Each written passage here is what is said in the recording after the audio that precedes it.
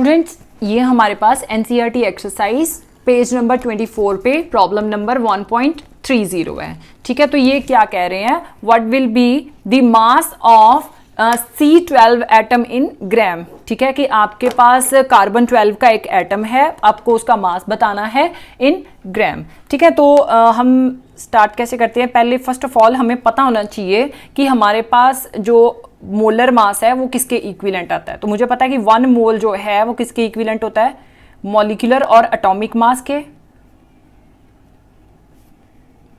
Atomic mass of C12 atom.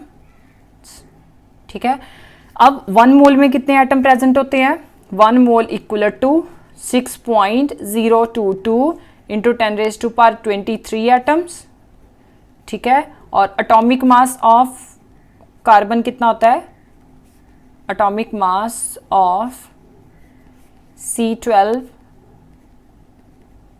Atoms equal to 12 gram per mole. Done. अब हमारे पास दोनों values आ गई हैं कि 1 मोल में जो है इतने एटम्स होते हैं, क्योंकि हमने करना क्या है, हमने जो है मास बताना है कार्बन एटम का। ठीक है, जो कि ग्राम्स में प्रेजेंट है।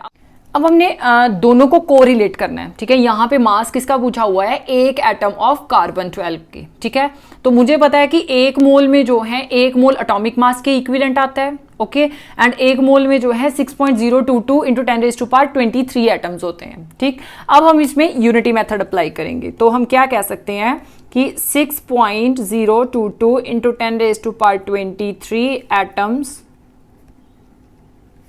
Of carbon 12 has mass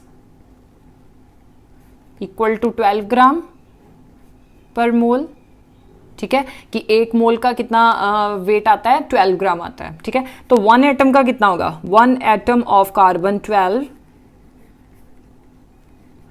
has weight और मास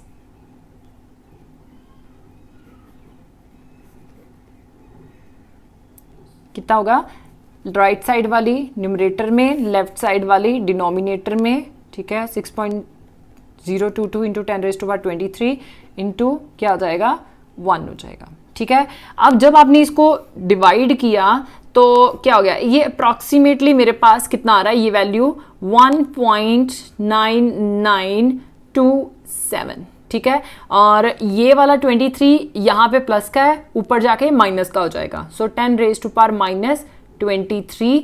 तो ये हमारे पास मोल इनवर्स आ रहा है, क्योंकि 1 मोल में जो है 6.022 इंटू 10⁻23 एटम्स आते हैं, तो ये मोल इनवर्स हो गया। ठीक है, मोल इनवर्स को आप इस मोल के साथ कैंसिल कर दोगे, so your answer is 1.9927 into 10⁻⁻23 gram.